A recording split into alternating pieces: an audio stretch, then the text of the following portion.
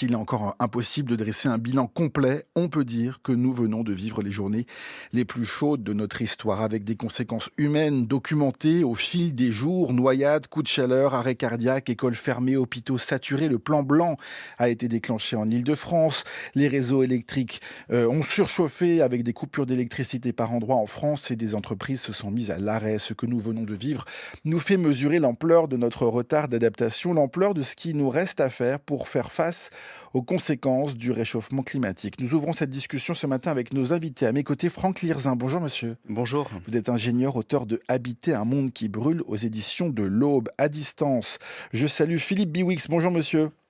Bonjour. Ingénieur également, auteur de L'insoutenable abondance. Faut-il croire les prophètes du progrès, publié l'an dernier dans la collection Tract chez Gallimard. Avant de réfléchir ensemble à ce qu'il faut changer dans nos villes et peut-être même dans nos vies, essayons de mettre des mots sur ce que nous venons de vivre. La vague de chaleur inédite qui frappe l'Europe, parce que la France n'est pas évidemment le seul pays concerné, est en train de se déplacer vers l'est du pays et donc du continent. Certaines parties de la France vont connaître un début de répit, mais de nombreux événements continuent d'être annulés ce week-end par précaution, avec des températures à plus de 35 degrés qui concernent 150 millions d'habitants sur le continent européen, et puis des hôpitaux, je l'ai dit, submergés. Est-ce qu'on peut dire, Franck Lirzin, d'abord, qu'on est pour l'instant dans la gestion des conséquences urgentes de cette vague de chaleur? Oui, alors c'est une crise historique qu'on est en train de vivre. Elle n'est pas surprenante pour les scientifiques qui travaillent et qui alertent depuis des années, mais elle a surpris tout le monde par son ampleur, par sa précocité. Et on est aujourd'hui plutôt dans une forme de gestion de crise, de gestion de l'urgence. Et puis le temps de l'adaptation viendra sans doute après. Mais là, aujourd'hui, elle n'est pas encore terminée. Et on sait aussi que les conséquences de la vague de chaleur, sur la santé notamment, durent encore plusieurs jours, voire une semaine. Et donc, on n'est pas au bout de la crise. Ça, c'est intéressant. Philippe Biwix, j'imagine que vous non plus, vous n'êtes pas surpris, mais que vous êtes encore, je dirais, dans l'attente, parce que, je l'ai dit, hein, il ne s'agit pas de faire un bilan complet ce matin. La fin de la canicule sur les températures extrêmes est prévue pour dimanche soir, et les conséquences vont encore se mettre au jour, au fil des jours et des heures, d'ailleurs. Oui, tout à fait. Alors, vous avez décrit un tableau un peu terrible, évidemment, mais au risque d'être un peu provocateur, je voudrais dire que, en fait, bon, cet impact, évidemment, il est énorme pour un certain nombre de personnes qui ont été hospitalisées, pour les gens qui s'organisent, pour les entreprises qui sont évidemment à la fois sous pression et en même temps ont des difficultés à travailler. Mais pour les sociétés humaines, c'est pas un risque existentiel. C'est-à-dire qu'on n'est pas dans une logique de chaleur humide, par exemple, comme ça peut être le cas dans des pays en Inde, en Indonésie, où eux, les conséquences du changement climatique, ça va vraiment être un problème littéralement physiologique, c'est-à-dire de vie et de mort. Alors, nous, il faut qu'on s'organise un petit peu, mais c'est pas forcément une logique de vie de mort. Par contre, derrière ça, derrière finalement la désorganisation, les difficultés évidemment à vivre pendant quelques jours, il y a des conséquences bien plus dramatiques possibles et existentielles autour des questions de l'agriculture, autour des questions de la biodiversité qui évidemment subit elle aussi cette vague de chaleur, que ça soit d'ailleurs dans la mer ou sur Terre, hein. On a les mêmes canicules sous l'eau, on les voit pas, mais avec des mortalités énormes d'animaux, d'organismes, et ça, on est encore évidemment qu'au début de la trajectoire. Franck Lirzin, vous dites d'ailleurs dans votre livre que la plupart des incidents climatiques sont hors radar, que c'est beaucoup moins spectaculaire que ce qu'on peut effectivement documenter depuis quelques jours, mais que c'est moins palpable en quelque sorte, mais que les conséquences seront dramatiques. Oui, parce que là, donc, il y a cet épisode de forte chaleur qui nous impacte tous. Mais ensuite, il y aura des conséquences derrière. On le voit déjà, puisque la sécheresse des sols s'installe. Donc, ça va avoir des conséquences sur la biodiversité, sur toutes voilà, les plantes en particulier qui auront moins d'accès à l'eau, sur l'agriculture, sur les espèces animales.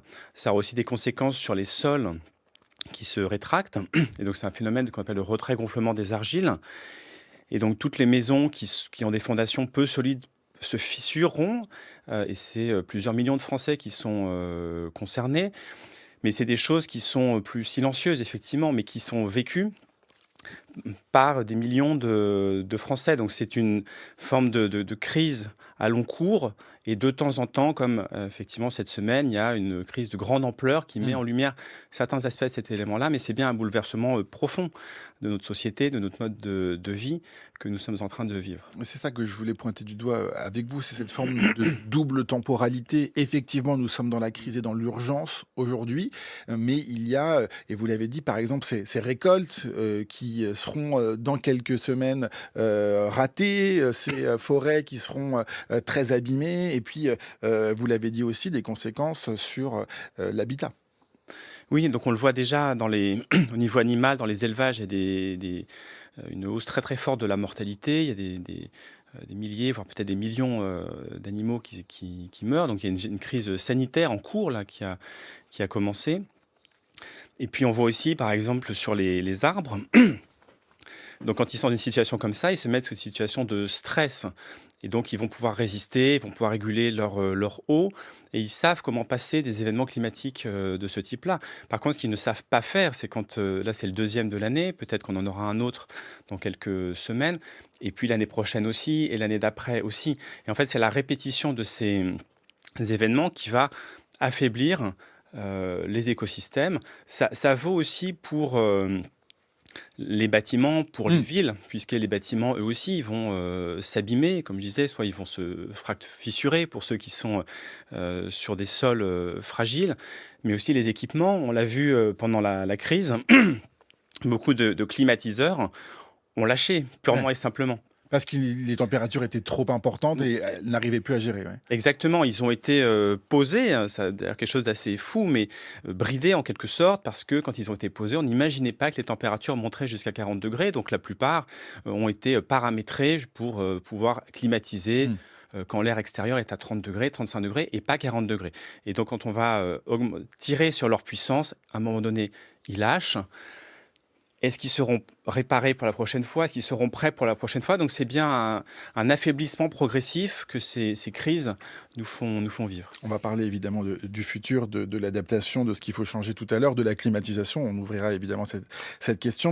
Mais Philippe Biwix, est-ce que, puisqu'on essaie de comprendre et de nommer ce que nous avons vécu et ce que nous allons vivre, est-ce qu'on peut dire qu'on a tous et toutes vécu le même événement climatique en réalité? Ah bah, j'ai peur que non, évidemment. Il y a toute la question des inégalités qui se posent. Le confort thermique, c'est pas seulement les gens qui habitent sous les toits et en zinc dans Paris, et puis ceux qui peuvent se climatiser.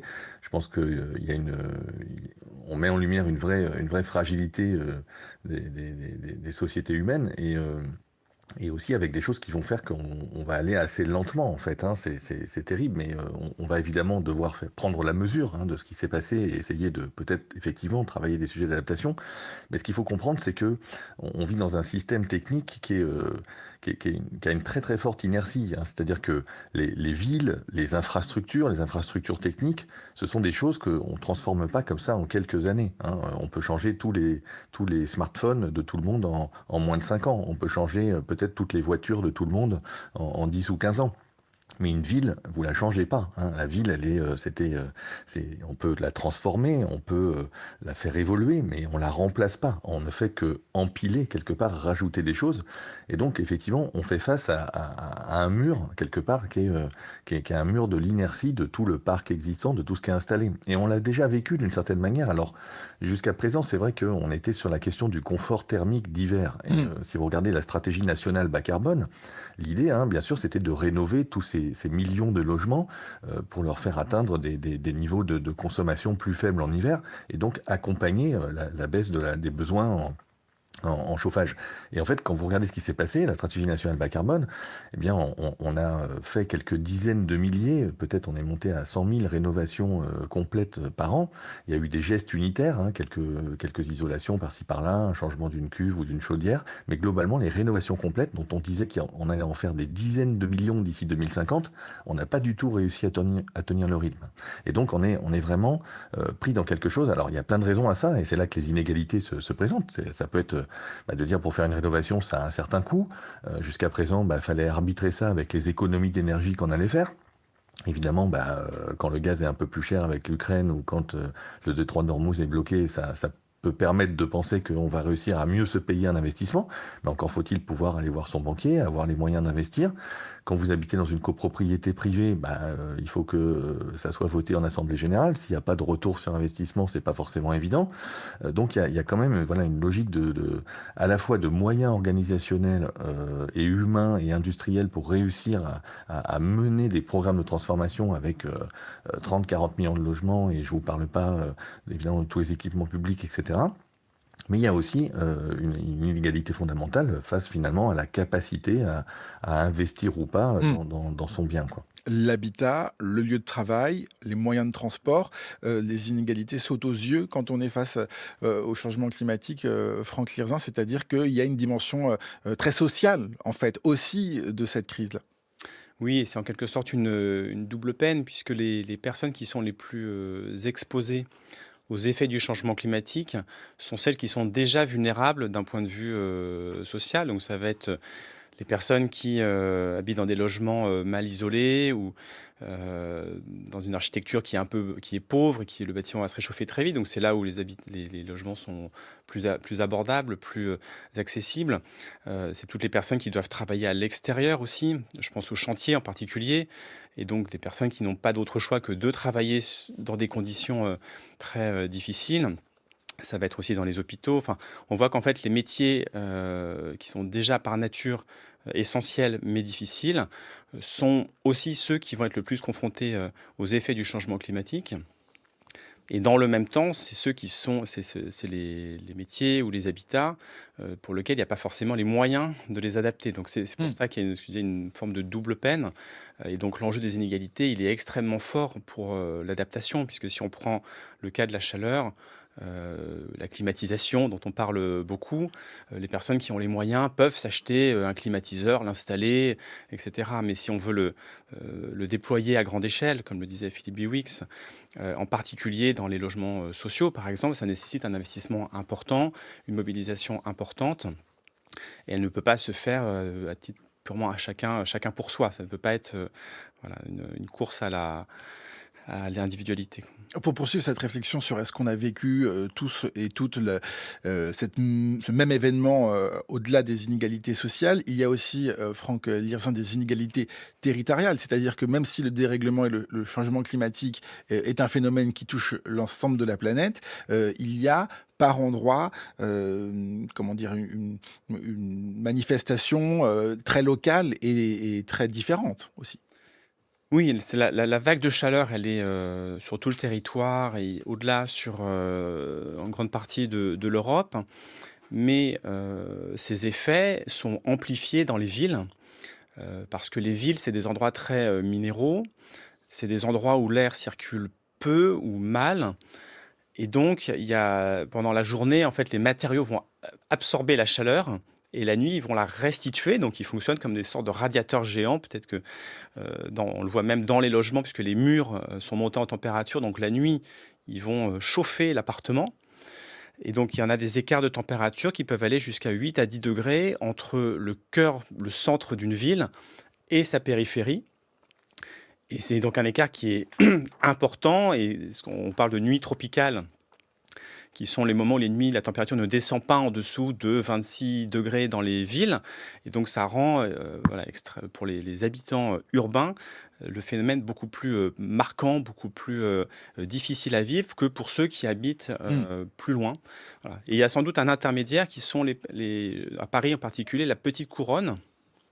Et en fait, un Avec espace une densité intermédiaire. moins forte Alors, il y a aussi. une densité un peu moins forte, mais beaucoup moins d'espace vert, Hmm. une qualité architecturale qui est moindre, et donc il y a des effets beaucoup plus marqués du changement climatique. Donc on retrouve aussi la question des inégalités, y compris dans la répartition spatiale des effets du changement climatique. Et en même temps, quand un événement climatique touche un endroit, c'est l'ensemble des composantes de ce territoire qui sont touchées. Vous l'avez dit, les habitants, les habitations. On a parlé aussi des écosystèmes naturels tout à l'heure. Donc, il y a aussi cette idée que inégalité, certes, mais à un moment donné, tout est impacté. Oui, c'est l'aspect systémique en fait de ce qui va toucher. On peut prendre le cas des écoles, c'est-à-dire que quand les écoles sont en surchauffe et on a vu pendant cette semaine, certaines écoles sont montées à 35, 40, 45 degrés, donc elles ont dû, fermer, donc les enfants ont été renvoyés chez eux, mais chez eux, c'est pas forcément mieux. Et donc ça pose la question finalement de quels sont les refuges climatiques qu'on peut Mmh. proposer aux habitants ou aux enfants ou aux étudiants. Il y avait le brevet aussi ces derniers jours, donc ça interroge finalement puisqu'en fait quand on va, proposer une solution quelque part, il n'y a pas forcément d'alternative. On a eu le cas aussi sur le télétravail puisque, certaines entreprises ont préconisé le télétravail pour leurs salariés, mais encore faut-il que les salariés chez eux soient au frais, ce qui n'est pas toujours le cas. On a le cas des transports aussi qui n'étaient pas toujours climatisés, donc qui rendaient difficile l'accès. Donc on voit bien qu'effectivement, c'est tout le système qui est impacté, qui doit s'adapter, se transformer pour être résilient et que la solution ne peut pas être purement, individuelle, quoi. Ce qu'il faut aussi expliquer, Philippe Biwix, c'est que les conséquences de ce changement climatique, là, on parle, de la chaleur, mais il y a des orages qui sont prévus dans les prochaines heures, d'ailleurs, ce qui veut peut-être dire, des pluies, intenses qui vont tomber sur des sols asséchés, et qui pourraient provoquer des inondations aussi. Ça veut aussi dire qu'il y a une forme de dépendance de tous les risques, qui sont la conséquence de ce réchauffement. Oui, on va avoir à la fois effectivement une multiplicité d'événements plus tragiques potentiellement. Et donc le réchauffement climatique, ben, c'est aussi plus d'eau hein, qui s'évapore. Donc s'il y a plus d'eau qui s'évapore, il y a plus d'eau qui retombe. Donc, alors elle ne retombe pas toujours aux mêmes endroits. Donc il y a des endroits où il y aura plus de sécheresse. Et puis il y a des endroits où il y aura plus d'épisodes pluvieux. Et on peut aussi compter les tempêtes. C'est pas que des orages, ça peut être Mmh. en hiver. Et en fait, je pense que au-delà de la question de la modélisation climatique et des scénarios qui sont présentés, alors qui sont des scénarios qui dépendent évidemment des émissions qui seront réellement faites dans les prochaines décennies, mais on se rend compte en fait finalement que eh bien ça va très vite quoi tout ça et que on est toujours un peu surpris malgré le fait que bien finalement il y a des modélisations, on se rend compte que la vraie vie pour l'instant est plutôt en train de nous rattraper. Et effectivement c'est systémique parce que voilà c'est à l'échelle d'un pays, mais je voulais ajouter sur ce que disait Franck, c'est que c'est systémique mondial aussi, hein. Il y a Mmh. eu des exemples par exemple en 2021-22 où on a bloqué des chaînes de production de voitures en Europe parce qu'à Taïwan, il n'y avait plus assez d'eau pour alimenter l'énergie et les usines de gravure de microprocesseurs. Donc il peut y avoir à l'autre bout du monde des conséquences climatiques, et compte tenu de l'enchevêtrement de la production mondiale, et en particulier des objets complexes numériques, mais pas que, et enfin du fait du poids des échanges mondiaux, eh bien on peut se retrouver avec des conséquences très très concrètes, parce que derrière ça, eh ben, ça peut être des objets, je sais pas, des dispositifs médicaux à l'hôpital qui seront pas disponibles, quoi. Ça, c'est intéressant de prendre cet exemple et de le dire parce qu'effectivement, s'il y a un impact très local de chaque endroit, il y a aussi effectivement le global. Et ça, c'est très important, Franck Lirzin. Je voulais revenir sur le fait qu'on a été pris par surprise Oui. par cet événement-là et sur la modélisation.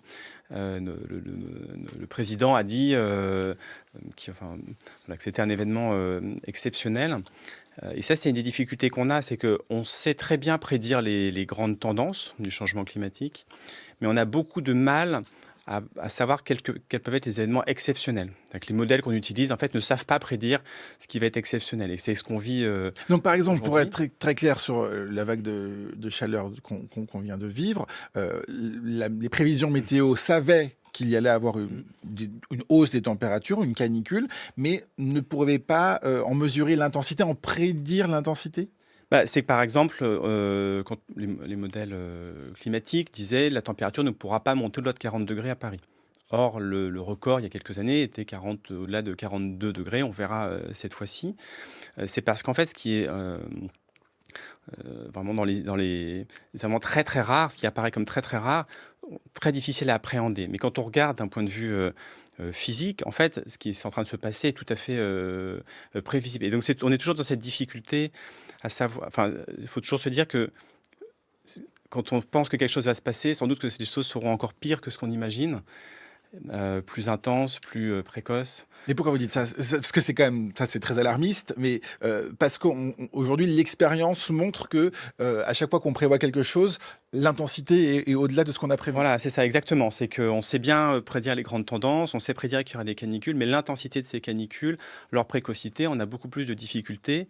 Et donc, il est préférable quelque part de se préparer au pire pour l'éviter que d'essayer de minimiser ou de... c'est ce que disait, enfin, voilà, quand on s'est adapté aux tendances, en fait, on n'est pas prêt à affronter l'exception. Et c'est exactement ce qu'on est en train de vivre en ce moment. Ah bah, du coup, on va essayer de comprendre et de voir comment faire pour justement se préparer au pire. Qu'est-ce qu'il faut changer dans nos modes de vie, peut-être, dans nos villes aussi. Est-ce qu'il faut, par exemple, déconstruire des bâtiments? Est-ce qu'il faut revoir les matériaux avec lesquels on construit aujourd'hui nos habitations? On verra ça dans la deuxième partie de cet entretien. Ce sera juste après le journal de 8 heures dans quelques instants. À tout de suite. Vous êtes bien sur France Culture. Nicolas Herbeau. Nous poursuivons notre discussion ce matin pour comprendre quelles conséquences il faut tirer de la canicule que nous venons de vivre, comment passer à l'action pour rendre nos lieux de vie et nos villes moins vulnérables et plus habitables. Nous sommes toujours avec Franck Lirzin, ingénieur et auteur de Habiter un monde qui brûle aux éditions de l'Aube, et à distance avec Philippe Biwix, ingénieur et auteur de L'insoutenable abondance, faut-il croire les prophètes du progrès, paru dans la collection Tract de Gallimard. Débutons peut-être cette deuxième partie avec l'exemple de Paris, qui est, selon une étude parue dans la revue The Lancet, à la triste place, première place, je vais y arriver, des villes comptant le plus de morts causées par la chaleur en Europe. Est-ce qu'on peut revenir peut-être, Philippe Biwix, sur cette idée de vulnérabilité des villes? On en a dit un mot tout à l'heure, mais qu'est-ce qui les rend si vulnérables aux chaleurs extrêmes? Alors, ce qui les rend vulnérables, c'est qu'elles sont de plus en plus grandes, nos villes, et de plus en plus complexes, et avec le phénomène de métropolisation, le fait que les populations se concentrent, eh bien, on a aussi besoin de toutes les infrastructures qui vont avec, de systèmes de transport de plus en plus grands, de plus en plus efficaces, de plus en plus interconnectés. Et donc ça, ça crée quelque part une vulnérabilité intrinsèque, au moins théorique. Alors, ce qu'il faut comprendre, c'est que ces dernières dizaines d'années, avec de l'énergie abondante, avec le progrès technologique phénoménal, avec aussi la numérisation, eh bien, on s'est habitué finalement à avoir une performance de plus en plus élevée finalement, et on est devenu d'ailleurs en tant que consommateur, en tant que citoyen, de plus en plus exigeant. Si on remontait dans les années 80, je les fantasme pas particulièrement, mais il y avait des pannes électriques plus souvent qu'aujourd'hui. Il y avait aujourd'hui, si vous prenez votre voiture et puis il y a la neige qui tombe, et vous voulez avoir une déneigeuse le plus vite possible, sinon c'est un scandale, etc. Et donc on s'est habitué en fait à cette logique-là. Et évidemment, plus on est dans un mécanisme urbain, plus on est dépendant des autres qui font fonctionner l'ensemble du système, eh bien plus on a des possibilités d'être évidemment atteint par des choses qui vont être différentes. Ça veut dire qu'on a atteint, Philippe Biwix, une sorte de pic de performance, et qu'à un moment donné, il va falloir, je ne sais pas si redescendre est le bon terme, mais... Alors c'est la question qui peut se poser, c'est-à-dire qu'effectivement, on a été pour l'instant plutôt dans le toujours plus, et on est en train de se rendre compte que effectivement, la performance, maintenir un niveau de performance à tout prix, ne pas accepter de dégradation, ça peut être extrêmement coûteux et complexe à mettre en œuvre, parce qu'évidemment, il faut changer et adapter plein de choses. Et donc moi, je n'exclus pas qu'effectivement, on aille vers une logique de dégradation de performance, alors qui pourra être temporaire dans des épisodes compliqués, peut-être elle sera définitive dans certains cas, on fera un certain nombre de renoncements, on aura un équilibre quelque part entre la robustesse et la performance, peut-être faut accepter des choses comme ça. Alors c'est un peu choquant de dire ça aujourd'hui évidemment, mais moi j'aime bien cette notion de décalage des points de référence. C'est quelque chose qui a été inventé par le biologiste Daniel Pauly, spécialiste des stocks de poissons, des ressources marines. Et en 1995, dans un article, il avait montré que finalement, au fur et à mesure que les scientifiques partaient à la retraite et étaient remplacés par des jeunes, eh bien, il décalait le point de référence de ce qu'on considérait comme une une bonne situation biologique Hmm. des ressources, hein. Et évidemment, au fur et à mesure, on vidait les mers, et donc les nouveaux, ils arrivaient, ils constataient quelque chose, et ils gardaient comme référence la référence de leur jeunesse. Et cette logique un peu, qu'on peut appeler aussi d'amnésie environnementale, elle fonctionne très bien aussi dans les sociétés humaines. Et en fait, regardez, jetez un œil en arrière, regardez une émission de télévision il y a 30 ans, vous allez frémir ou trembler en regardant comment toute une série de choses se sont modifiées finalement autour de la question voilà, des rapports sociaux, voilà, de plein de choses. Je ne vais pas rentrer dans ces détails-là, mais vous les trouverez facilement, je pense. Et donc, jusqu'à présent, eh bien oui, on s'est habitué à de plus en plus de confort. Un confort en hiver, on a chauffé plus, on claque des doigts et on est livré par Internet, etc. Et donc, je pense qu'effectivement, le monde dans lequel on est en train de rentrer, à cause du changement climatique, mais aussi à cause d'un certain nombre de contraintes, peut-être demain sur les ressources, sur la concentration industrielle, sur la géopolitique, eh bien, on va vivre de plus en plus de couacs et on va devoir s'y habituer et ça va peut-être devenir la norme. Il va falloir adapter nos vies d'abord, si je comprends bien ce que vous nous dites, Philippe Biwix. Vous êtes Mhm. d'accord, Franck Lirzin, d'autant plus que le réchauffement climatique qu'on a décrit dans cette première partie, il est difficile, quasiment impossible de revenir en arrière. Oui, oui, le réchauffement climatique, il est lié à la quantité de carbone qu'on a émis dans l'atmosphère. Et cette quantité-là, elle continue d'augmenter, et donc le réchauffement aussi. Donc des épisodes comme on a vécu, qu'on est en train de vivre en ce moment, c'est notre avenir. Et on reviendra malheureusement pas en arrière, en tout cas pas avant au moins la fin du siècle. Donc on aura à vivre dans ce nouveau climat, dans ce nouveau monde, avec sans doute d'ailleurs qui sera plus chaud encore que ce qu'on a vécu là, même si c'est difficile à admettre. Donc il faut, c'est ça l'adaptation, c'est adapter notre façon de vie. Donc ça peut être de changer les horaires, par exemple, dans lesquels on travaille. Ça peut être De de décaler les changer vacances, les vacances, les festivals, vous en parliez. Donc d'avoir une organisation qui soit adaptée à cet univers plus chaud. Et c'est aussi l'adaptation des bâtiments, puisqu'on voit qu'ils ont été construits pour la plupart dans un climat tempéré, donc ils n'ont pas été conçus du tout pour des vagues de chaleur. Les climatiseurs n'ont pas été paramétrés pour supporter ces vagues-là. Les bâtiments n'ont pas été construits pour des températures chaudes quasi tropicales. Et donc l'adaptation, c'est comment on va transformer tout ça.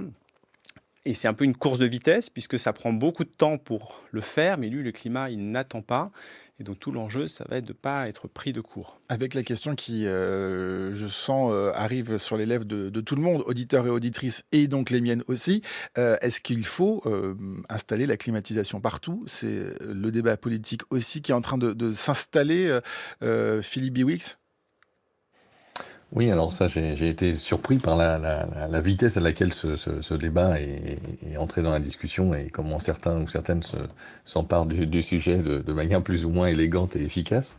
D'abord, bon, faut redire une chose, c'est que la climatisation, c'est pas uniquement une question de consommation énergétique, il y a aussi d'autres choses. Par exemple, les gaz réfrigérants qui sont utilisés dans la consommation, dans la climatisation sont des gaz polluants d'une Polluant, ouais. certaine manière, Mmh. parce que ce sont des gaz fluorés, donc d'une part, ils ont un fort pouvoir réchauffant.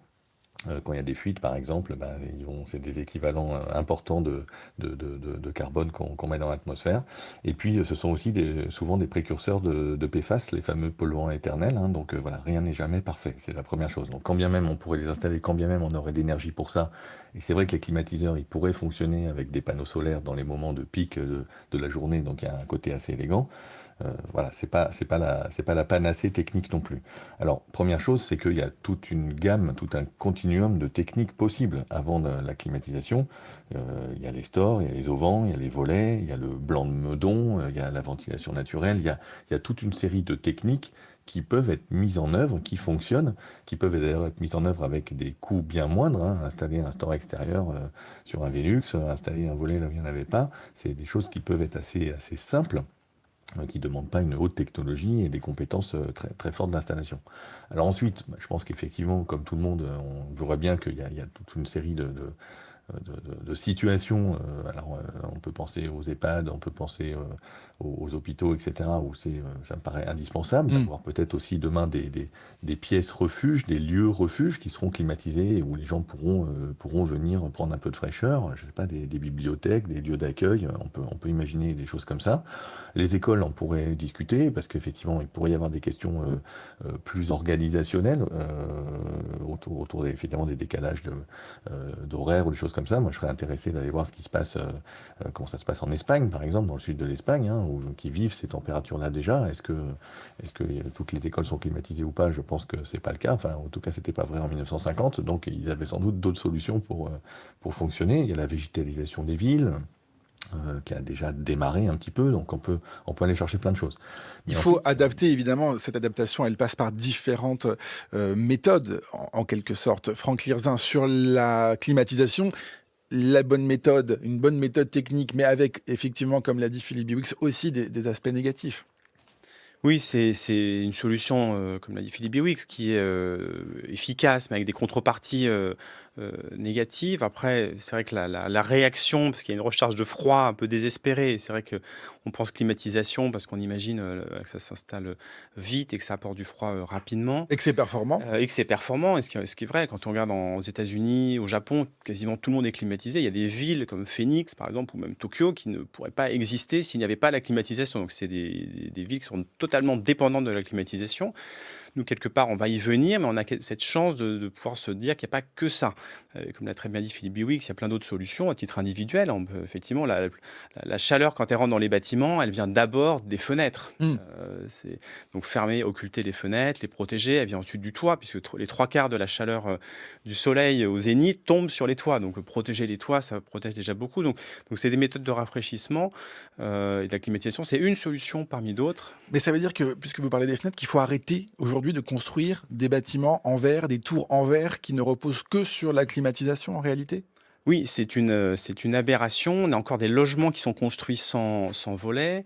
La réglementation actuellement, la RE 2020, en fait, qui permet de construire les logements neufs, elle a été calibrée sur le climat des 20 dernières années, mais pas sur le climat des 20 prochaines années. Donc on reste encore, même dans les constructions neuves, sur des formes d'aberration climatique. Et ça, c'est quelque chose vraiment qu'il faudrait revoir d'urgence pour que, à minima, dans tout ce qui est neuf, soit protégé contre les événements climatiques extrêmes qu'on connaîtra. Alors, la climatisation, d'accord. Il y a aussi de la climatisation plus naturelle, si je puis dire.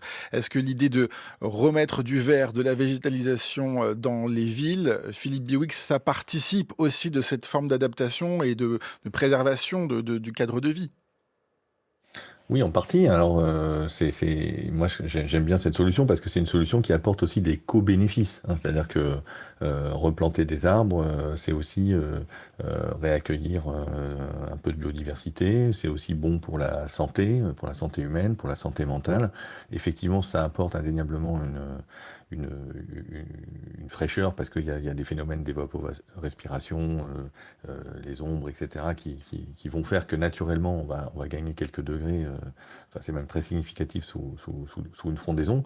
Après, là, on est vraiment dans le système de l'inertie aussi, puisque en fait, voilà, on va pas pouvoir planter non plus des arbres qui vont devenir centenaires l'année prochaine, quoi. Donc, il y a déjà des mouvements qui s'étaient amorcés pour différentes raisons et qui vont dans le sens aussi de désartificialiser des sols de place, par exemple publics, et qui permettent aussi de gérer la recharge en eau des nappes par rapport à des nappes phréatiques, par rapport à faire du ruissellement. Quand on est artificiel, voilà, toute l'eau, et notamment dans les épisodes compliqués des orages, etc., elle va ruisseler, elle va partir dans les réseaux, elle va saturer les réseaux.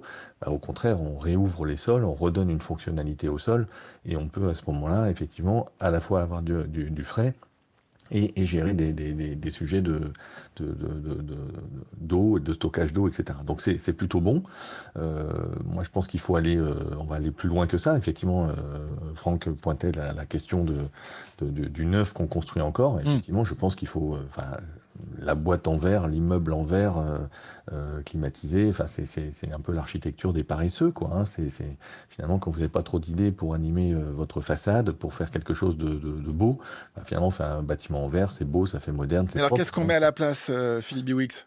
Eh bien, d'abord, il faut mettre des allèges, c'est-à-dire il ne faut pas être vitré toute hauteur. Il faut accepter qu'on n'a pas besoin de toute la hauteur de vitrage pour faire rentrer de la lumière naturelle. Il faut avoir finalement un discernement sur effectivement ce qu'on est capable d'accepter. Alors évidemment, en hiver, c'est très agréable d'avoir plus de lumière qui rentre, mais en été, ça va devenir très compliqué. On peut aussi gérer le bâtiment pour faire en sorte qu'il y ait des puits que l'air chaud monte, vous savez, donc on peut assurer des logiques de tirage thermique et de faire circuler l'eau et de faire circuler l'air et faire partir l'air chaud. On peut avoir des logiques aussi, on a aujourd'hui des cubes totalement fermés, totalement gérés, quelque part des smart buildings qui sont censés optimiser leur température de manière automatique, puis on voit que ça marche pas et ça finit par tomber en panne. Eh bien on peut aller au contraire vers des logiques où on aura des ouvrants, où on va pouvoir le soir ouvrir, aérer. Donc c'est aussi la question de ce qu'on gère techniquement et de ce qu'on fait gérer par les humains. Donc c'est qu'est-ce que fait la machine et qu'est-ce que fait l'humain. Il va falloir être actif, effectivement. Exactement. Ouais. Comme on l'est chez soi, finalement, on va ouvrir le matin très tôt pour essayer d'aérer. Alors, au bout d'un moment, ça marche plus parce qu'effectivement, on a emmagasiné de la chaleur dans les murs, mais il y a quand même beaucoup de situations où, effectivement, on peut gérer le confort thermique avec un petit peu d'huile de coude, quoi. Pour conclure cette partie, Franck Lirzin, est-ce que l'apparence de nos villes va changer? Effectivement, on avait les immeubles de New York en esprit comme étant le progrès, ces immeubles vitrés. Est-ce qu'aujourd'hui, Paris va changer, par exemple? Doit changer? Bah, on faut espérer que oui. Il y a toujours l'exemple des toits en zinc qui revient parce que c'est une image symbolique de Paris qui est connue dans le monde entier. Mais on sait que les toits en zinc, c'est aussi voilà, protègent pas contre la chaleur et ceux qui habitent en dessous, c'est une fournaise. Et certains doivent partir le temps que passe la canicule. Et donc, on pourrait imaginer que les toits de Paris soient végétalisés, soient verts ou soient en blanc. Alors, certains vont crier au scandale parce qu'on remet en cause l'image de la capitale. Il faut juste se rappeler qu'avant le baron Haussmann, les toits de Paris étaient rouges. C'était la tuile de Bourgogne, et ça ne choquait personne. Et quand le zinc a été installé à l'époque, c'était pour copier le plomb, qui était le matériau noble, et c'était une sorte de solution low-tech ou low-cost de l'époque. Donc on voit bien que, en prenant du recul, c'est pas grave si l'aspect change. Et je pense qu'une ville plus verte est absolument magnifique. Et c'est là aussi où l'adaptation rejoint des fois l'esthétique et peut rendre la ville aussi plus désirable. Merci à tous les deux d'avoir participé à cette émission ce matin. Franck Lirzin, Habiter un monde qui brûle aux éditions de l'Aube. Philippe Biwix, merci à vous. Je cite votre livre L'insoutenable abondance, faut-il croire les prophètes du progrès paru dans la collection Tract de Gallimard. Merci à tous les deux. Bon week-end. Les matins du samedi se poursuivent dans un instant avec notre invité culture. Mais d'abord, le podcast de Clémence Imbert, le fil pop culture à 8h36.